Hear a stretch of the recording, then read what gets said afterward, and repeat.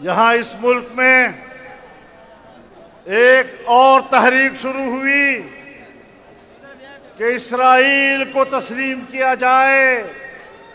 اسرائیل کو تسلیم کرنے میں ہمارا بڑا مفاد ہے، لیکن آپ کی طاقت تھی جو میدان میں نکلی، اس نظریے کو مارا، اسرائیل کو تسلیم کرنے کے عزائم کو توڑا، اور آج کسی کا مائی کا لال بھی پاکستان میں اسرائیل کو تسلیم کرنے کی بات کرنے کی جرأت نہیں کر سکتا۔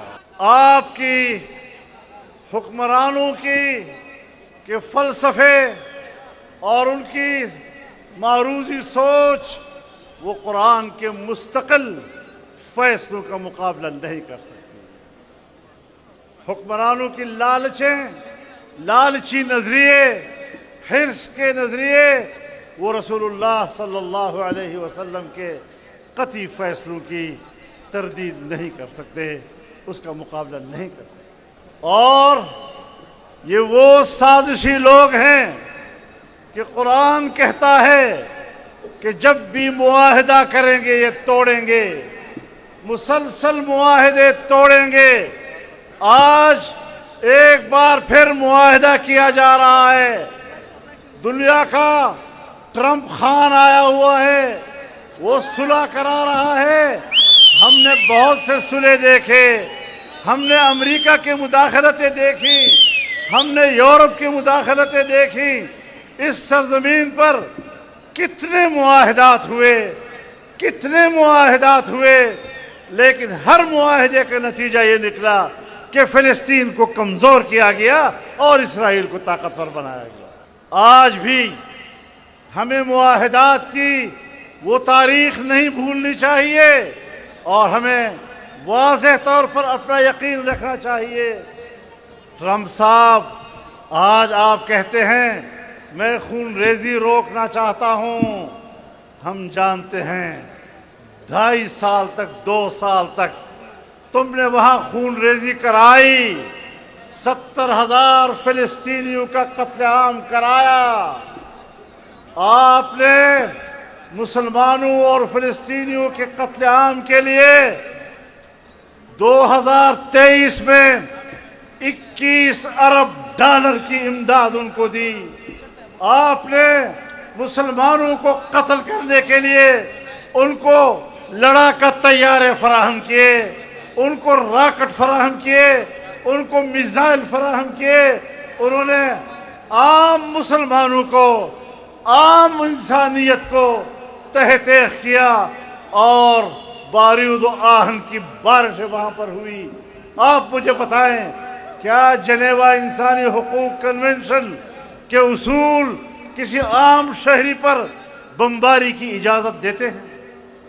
کیا اقوام متحدہ کے انسانی حقوق کا چارٹر وہ محفوظ انسانیت پر اس طرح کی بمباری کی اجازت دیتا ہے؟ آپ نے 1.5 لاکھ سے زیادہ لوگوں کو زخمی کیا ہے، اتنے ہی لوگ بے گھر ہو چکے ہیں، اور بھوک کی وجہ سے، بیماریوں کی وجہ سے ہزاروں تک اموات پہنچ گئی ہیں۔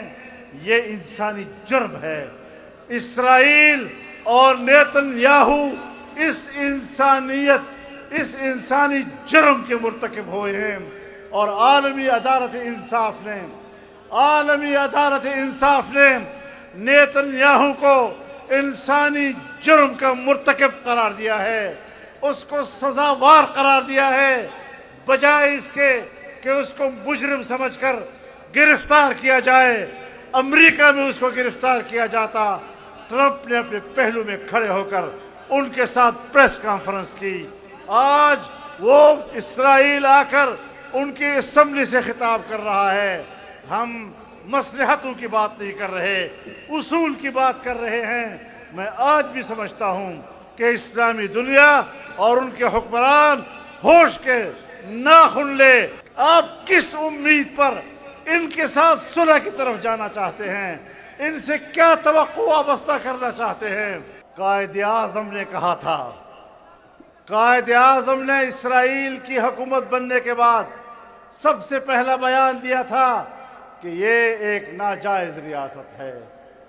اس نے جس کو ناجائز ریاست کہا اور جس کو انہوں نے عربوں کی پیٹھ پہ گھونپا ہوا خنجر قرار دیا، آج قائد اعظم کا نام لینے والے، بانی پاکستان کے پیروکار کہلانے والے، انہی کے اصول اور انہی کے فیصلوں کو روند رہے ہیں۔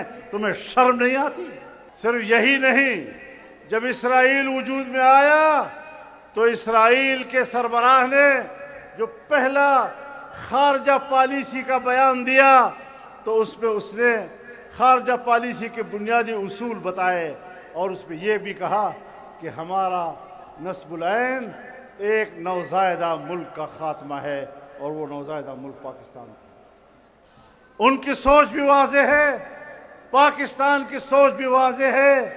ہم پاکستان کی سوچ کو قبول کرتے ہیں، ہم پاکستان کے اصول کو قبول کرتے ہیں، اور جب تک ہم زندہ ہیں، میں اللہ کو گواہ بنا کر کہتا ہوں اور ان ساری قوتوں کو آگاہ کرتا ہوں، جب تک ہم زندہ ہیں تمہارا باپ بھی اسرائیل کو تسلیم نہیں کر سکے گا۔